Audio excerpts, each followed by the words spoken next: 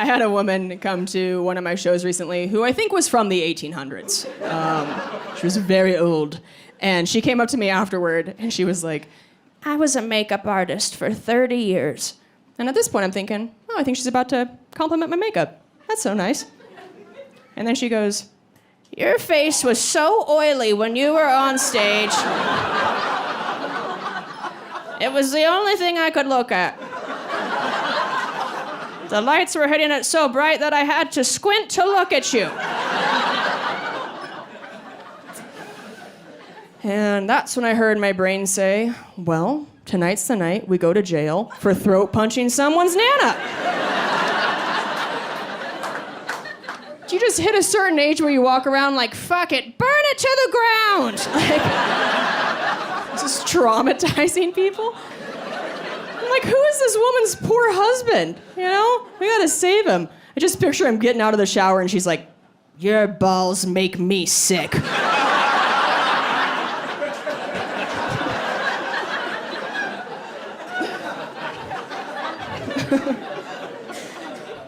Of course, I didn't say any of that to her. I was just like, what powder do you recommend?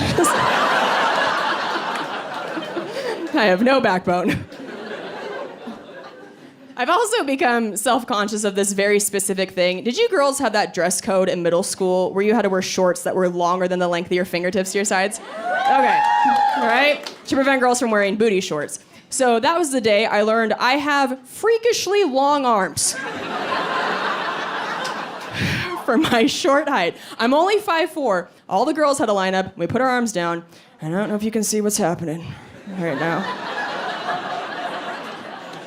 I'll show you on this side too. But I did this, and I looked down, and I was like, oh no. I'm gonna have to wear men's Jinko jeans to not get expelled. Just rolling into home ec with my chain wallet and lugs, like.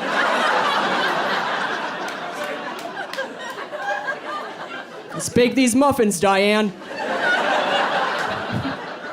The third member of the Insane Clown Posse. I don't know much about the Insane Clown Posse, but it does make me laugh picturing those guys having to take their makeup off at the end of the night. Because they seem so tough on stage, like, I'm gonna stab this dude and bang your chick. And then 2 hours later, they're like, these Neutrogena wipes are lovely. Oh.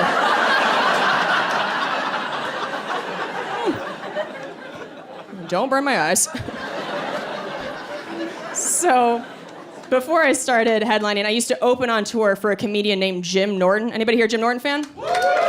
Nice. Got some Jim heads in the house. So Jim's favorite thing to do is to humiliate people. And I made the mistake of telling him that I embarrass very easily for a comedian. And he just milked that every day for 3 years on tour. When we were in public, he would constantly accuse me of shoplifting.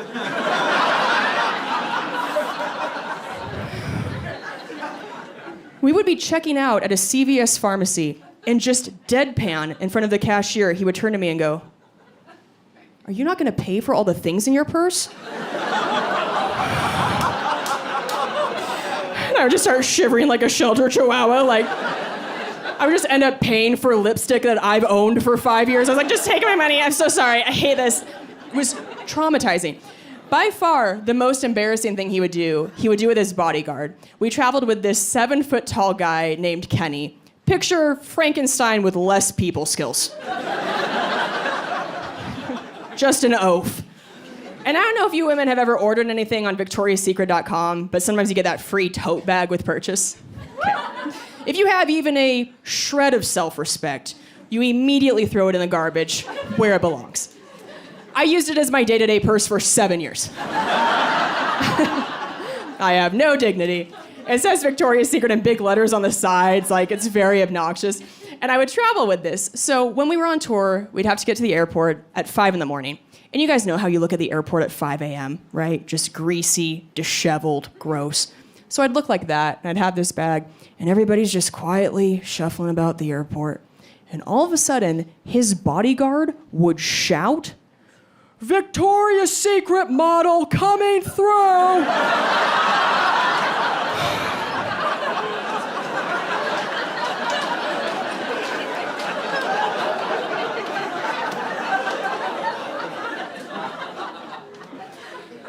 And everybody, and I mean everybody, would stop and look at me wide-eyed and then go, do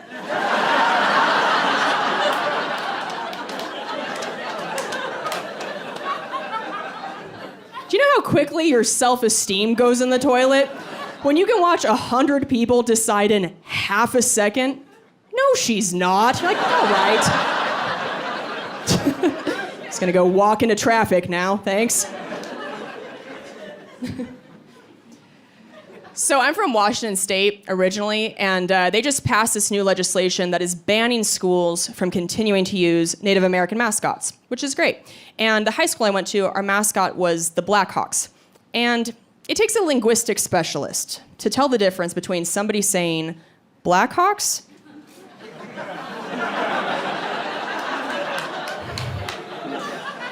and black cocks. And let me tell you, it was pretty wild growing up, going to football games and watching a dozen cheerleaders shout to a stand of parents, "We love Blackhawks, yes we do! We love Blackhawks, how about you?"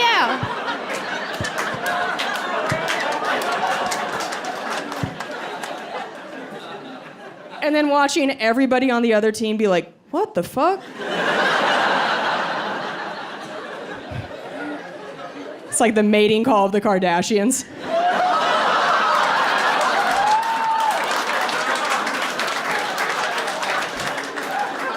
So I had my bachelorette party down in Vegas, and we went to the Magic Mike live show. Has anybody here been to the Magic Mike live show? Oh, we got a few. Oh, are you still wet? Hey. Girl, it is crazy what happens at the show. They brought it back during COVID, which surprised me because if we are concerned about droplets, women are gushing fluid at this show. Medically, it's a problem, okay? It changes the humidity in the room. Women with straight hair leave with curly hair. It's like a rainforest cafe in there. That air is thick. 3 C's. But now that the show's back, you gotta go. Oh, it is the cream of the cock. Just, oh. Chef's kiss. For 2 hours, these oiled up six-packs just grind the stage, and they sing to you, they lick whipped cream off your body, and then they bring some women on stage, and then they take your top off, and then they take your pants off, and then they fuck you. No, I'm kidding.